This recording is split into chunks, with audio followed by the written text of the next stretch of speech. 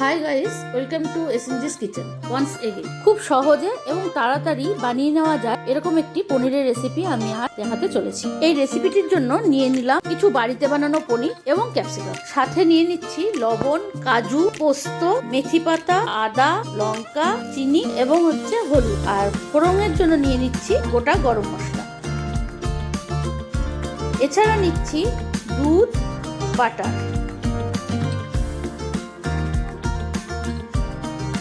ক্যাপসিকামগুলোকে প্রথমে ছোট ছোট করে চারকোনা আকারে কেটে নিচ্ছি।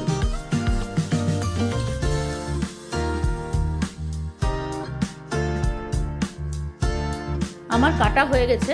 এবারে একটি বাউলে আমি ক্যাপসিকামগুলো নিয়ে নিলাম। ক্যাপসিকাম এবং পনিরের সাইজগুলি প্রায় একই রকম রাখার চেষ্টা করেছি। চলো মশলাগুলোকে এবারে রেডি করে। আদাগুলোকে ছোট ছোট করে কেটে নিলাম। প্রথমে কাজু এবং পোস্তটাকে পাউডার বানিয়ে নিলাম।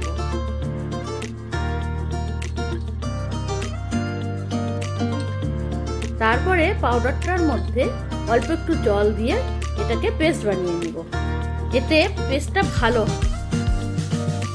এবারে আদা এবং লঙ্কারও একটা পেস্ট বানিয়ে নিলাম।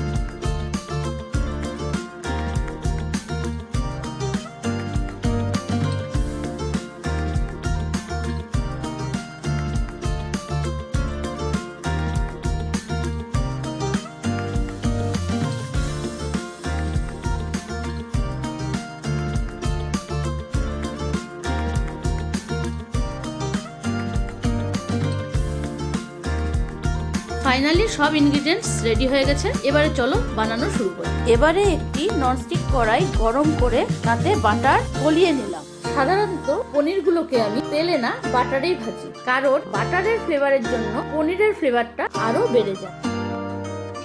এবারে একটি বাটিতে কিছু দুধ নিয়ে তার মধ্যে ভেজে রাখা পনিরগুলো দিয়ে দিব।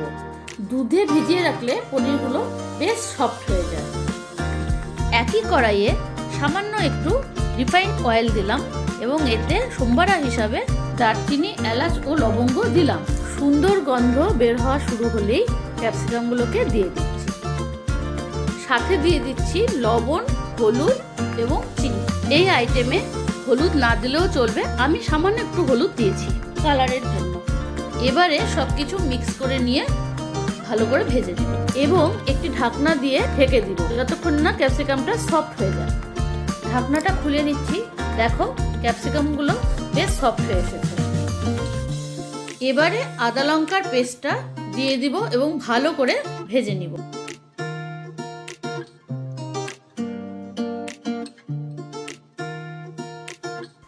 দুই থেকে 3 মিনিট ভেজে নিলাম। এরপরে কাজু পোস্তর পেস্টটা দিয়ে আবার ভালো করে ভেজে নিব।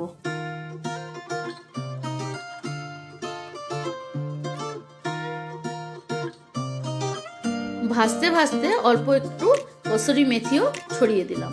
ভালো করে ভাজা হয়ে গেলে যেই জারে কাজু পোস্ত বেটেছিলাম সেই জারেই অল্প একটু জল দিয়ে ভালো করে ধুয়ে সেই জলটা দিয়ে দিব। এতে জারে লেগে থাকা মশলাগুলো নষ্ট হবে না। সাথে অল্প পরিমাণ জলও দিয়ে দিলাম।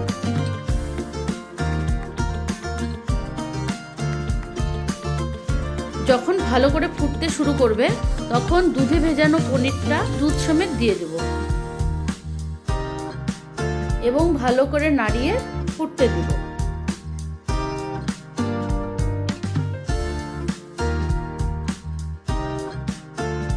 আবার কিছু পরিমাণে কসুরি মেথি ক্রাশ করে দিয়ে দেব।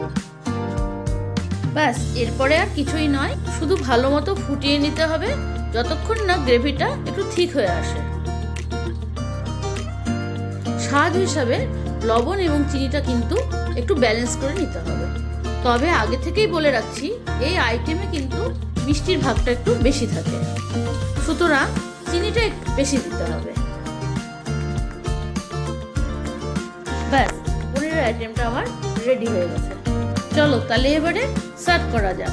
একটি বাউলে ট্রান্সফার করে নিচ্ছি।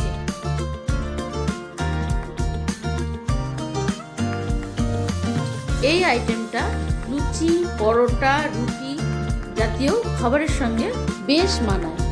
যেমন আজকের ডিনারে এই আইটেমের সঙ্গে আমি ভেজে নিচ্ছি কিছু পরোটা। চলো এবারে সার্ভ করা যাক।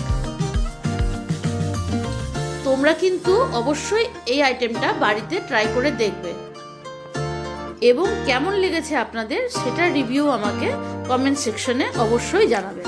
ভিডিওটি ভালো লাগলে অবশ্যই লাইক, কমেন্ট এবং সাবস্ক্রাইব করবেন। আজকের ভিডিও তাহলে এতটাই। এরপরে আবার চলে আসবো একটি নতুন রেসিপি নিয়ে। Thanks for watching this video.